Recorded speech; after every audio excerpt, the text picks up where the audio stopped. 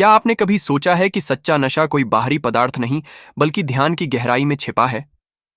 कल्पना कीजिए, आप बैठे हैं, आंखें बंद, श्वास धीमी, और अचानक आपका मन गायब हो जाता है।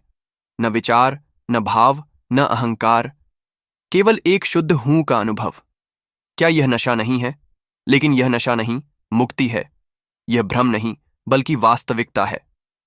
आधुनिक विज्ञान कहता है, जब आप गहरे ध्यान में जाते हैं तो आपका मस्तिष्क थीटा और डेल्टा तरंगों में काम करता है। यह वही अवस्था है जो नींद और स्वप्न के बीच होती है, लेकिन साधक इसे जागृत अवस्था में प्राप्त करते हैं। वे नींद में नहीं, बल्कि जागृति में उस शून्य में प्रवेश करते हैं जहां मन नहीं रहता। क्या आप जानते हैं कि इस अवस्था में आपका डीएनए बदल सकता है? कुछ अध्ययन बताते हैं कि गहरे ध्यान में टेलोमेर्स लंबे हो जाते हैं, जो उम्र बढ़ने की गति को धीमा करते हैं। क्या यह अमृतत्व का रहस्य था जिसे आर्षि जानते थे? उन्होंने कभी नशे की तलाश नहीं की, बल्कि चेतना के उस स्तर की खोज की जहां शरीर और मन का अस्तित्व धुंधला पड़ जाता है। वहां केवल एक शुद्ध चैतन्य रह जाता है। क्या आज हम नशे की तलाश में हैं, जबकि असली नशा हमारे भीतर छिपा है? ध्यान एक ऐसा द्वार है जो आपको आपसे जोड़ता है। यह नशा नहीं, जागृति है। यह भटकाव नहीं, बल्कि एकाग्रता है। जब आप ध्यान में जाते हैं तो आपका मस्तिष्क धीमा हो जाता है। डिफॉल्ट मोड नेटवर्क, वही प्रणाली जो आत्मचिंतन, चिंता और भूत भविष्य के विचारों के लिए जिम्मेदार है, वह धीमा पड़ जाता है, और तब आप विचारों के पीछे झांक सकते हैं। आप विचारक और विचार के बीच की दूरी मिटा देते हैं।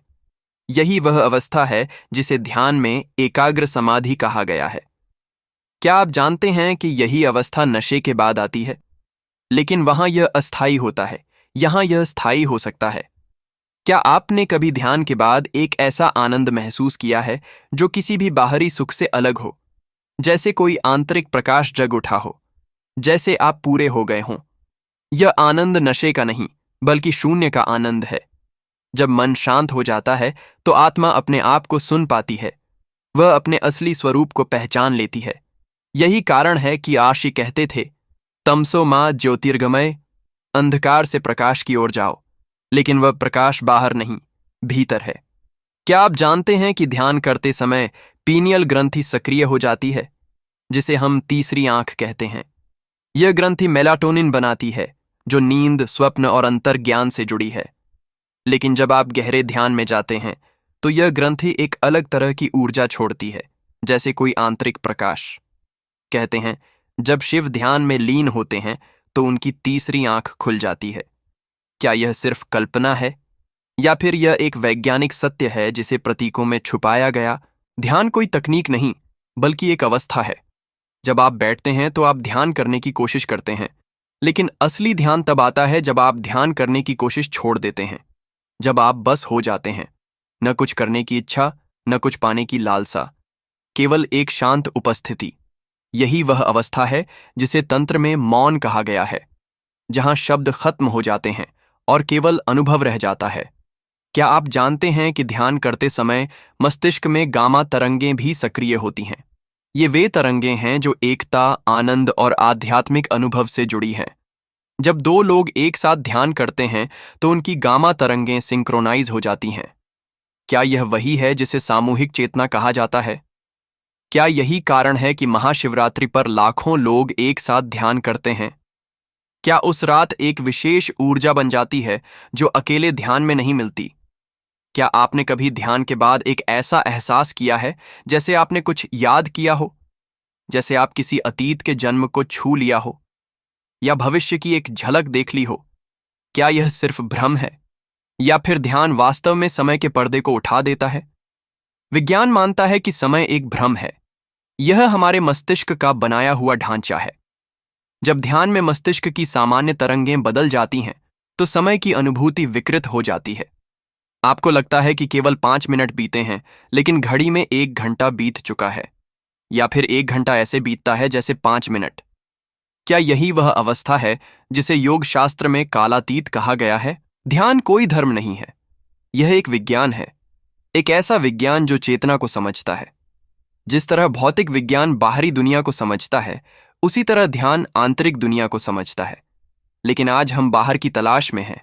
हम बाहरी वस्तुओं से खुशी की उम्मीद करते हैं, लेकिन जब तक आप भीतर नहीं जाते तब तक खुशी पूरी नहीं होती, क्योंकि खुशी बाहर नहीं, भीतर छिपी है। क्या आप जानते हैं कि ध्यान करने वाले लोगों के मस्तिष्क में ग्रे मैटर बढ़ जाता है, जो अंतर्ज्ञान, स्मृति और भावनात्मक संतुलन से जुड़ा है? क्या यही कारण है कि आर्षि इतने ज्ञानी थे? क्या उन्होंने अपने मस्तिष्क को ध्यान के माध्यम से प्रशिक्षित किया था? क्या आज हम अपने बच्चों को केवल पढ़ाई सिखाते हैं, लेकिन उन्हें ध्यान नहीं सिखाते? ध्यान कोई धर्म नहीं, बल्कि एक जीवन शैली है। एक ऐसी शैली जो आपको आपसे जोड़ती है। जब आप ध्यान करते हैं तो आप अपने विचारों के पीछे खड़े हो जाते हैं। आप उन्हें देखते हैं, लेकिन उनमें नहीं बहते। आप जान जाते हैं कि आप आपके विचार नहीं हैं। आप वह चैतन्य हैं जो विचारों को देख रहा है। यही आत्मज्ञान की शुरुआत है। क्या आपने कभी ध्यान में एक ऐसा अनुभव किया है जैसे आप ब्रह्मांड के साथ एक हो गए हों? जैसे आपका शरीर गायब हो गया हो और आप अंतरिक्ष में फैल गए हों? यह अनुभव केवल ध्यान में ही संभव है। नशे में यह अस्थायी और विकृत होता है, लेकिन ध्यान में यह शुद्ध और गहरा होता है। क्या आप जानते हैं कि अंतरिक्ष यात्री भी ध्यान करते हैं? क्योंकि वहां अकेलापन और अंतरिक्ष का विशालता उन्हें आत्मचिंतन के लिए मजबूर कर देती है। ध्यान एक यात्रा है, एक ऐसी यात्रा जो बाहर नहीं, भीतर की ओर जाती है। और जब आप भीतर जाते हैं तो पाते हैं कि वहां एक अनंत ब्रह्मांड है, जिसमें आपके भीतर के हर विचार, हर भाव, हर जन्म का रहस्य छिपा है। क्या आप तैयार हैं इस यात्रा पर जाने के लिए? क्या आप तैयार हैं उस शून्य में उतरने के लिए जहां कुछ नहीं है, लेकिन फिर भी सब कुछ है? ध्यान ही वास्तविक नशा है। एक ऐसा नशा जो आपको नीचे नहीं, बल्कि ऊपर उठाता है, जो आपको भटकाता नहीं, बल्कि घर ले जाता है। घर उस आत्मा के पास जो आपके भीतर हमेशा से रही है। ध्यान नहीं, भटकाव है असली नशा।